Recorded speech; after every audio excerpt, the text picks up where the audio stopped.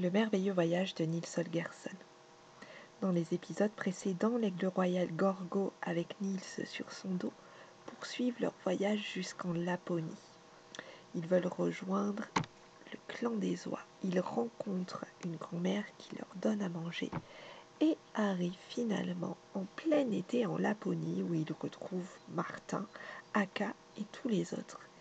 Ils peuvent visiter des paysages magnifiques et profiter de la Laponie en été, jusqu'à ce que l'hiver arrive et avec lui l'heure du départ.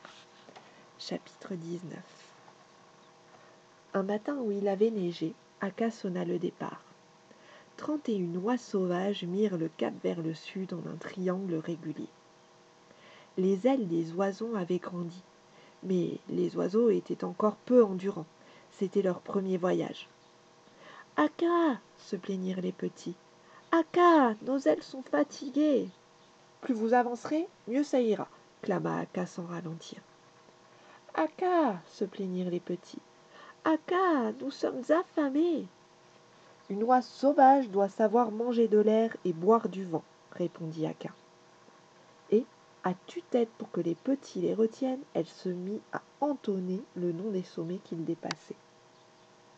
« Akka !» se plaignirent les petits.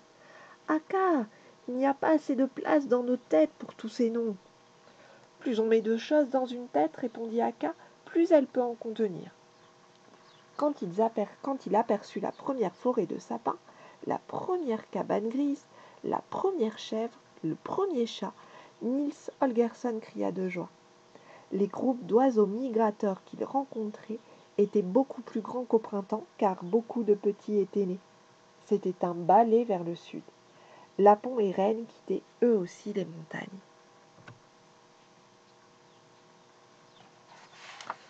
Chapitre 20. Marbacka. Un soir, dans le Jämtland, les oies firent halte sur une colline très humide. Le brouillard était partout. En quête d'un endroit sec, Niels demanda à Martin de le poser sur un belvédère. Mais le lendemain, à sa grande surprise, Bataki vint le rechercher. « Akka a vu des chasseurs, » lui expliqua l'oiseau. « Elle est partie devant et m'a chargé de te ramener. » Plus loin, ils se posèrent dans un champ. « Connais-tu l'histoire de ce monticule ?» questionna le corbeau. « C'est le tombeau du premier homme qui, fuyant le reste de la Suède, s'est installé dans le Härjedalen avec celle qu'il aimait, car le roi voulait les séparer. » Soudain, l'oiseau prit un air préoccupé. « Niels, sais-tu réellement la condition imposée par le lutin pour que tu retrouves ta taille ? Je t'en parle car la dernière fois qu'on s'est vu, tu avais décidé de ne pas trahir ton ami. En fait, tu redeviendras un être humain si tu ramènes le jar pour que ta mère puisse le tuer. » Niels bondit. « C'est une méchanceté inventée. » L'oiseau prit un air innocent. « Demande à Akka, dit-il. Tiens, justement la voilà. Et souviens-toi que chaque problème a une solution. Il suffit de la trouver. » Akka ne put pas nier les dires de Bataki. La mort dans l'âme, Niels remonta sur le dos du jar et se laissa emporter. Les oies amérirent pour la nuit sur un grand lac, le Friken. En quête de quelque chose à manger, Niels arriva à un manoir flanqué d'un très beau verger. « Comment s'appelle cette maison ?» demanda-t-il la bouche pleine. « Marbacka, » répondit une chouette en le saisissant. « Et toi, ma foi, tu as l'air bien appétissant. Je pense que je vais te manger. » Niels hurla et entendit des pas boitillants. Menacé par une canne, la chouette lâcha sa prise. Niels se prosterna devant celle qui l'avait sauvé. « Recevez mes remerciements. »« Je crois au conte, » répondit la vieille femme en le considérant.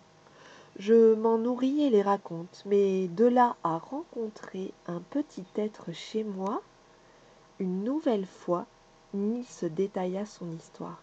« Quelle chance! C'est le ciel qui t'envoie, » clama-t-elle. « Figure-toi qu'on m'a demandé de décrire la Suède dans une histoire pour les écoliers. Mais n'ayant jamais quitté Marbacka, Je craignais de ne pas être convaincante. Ton aide va m'être précieuse. D'avoir parlé à un humain, Niels avait repris courage. Le lendemain, il proposa à Martin d'accompagner les oies à l'étranger. Ainsi, dit-il, nous visiterons la terre. Mais tu es fou, répondit le jar. Je meurs d'envie de rentrer. Niels insista. Nous avons découvert peu de choses. Vois tout ce que nous allons manquer. Bon, si tu y tiens, par amitié, j'irai avec toi, dit Martin. Et la suite la prochaine fois.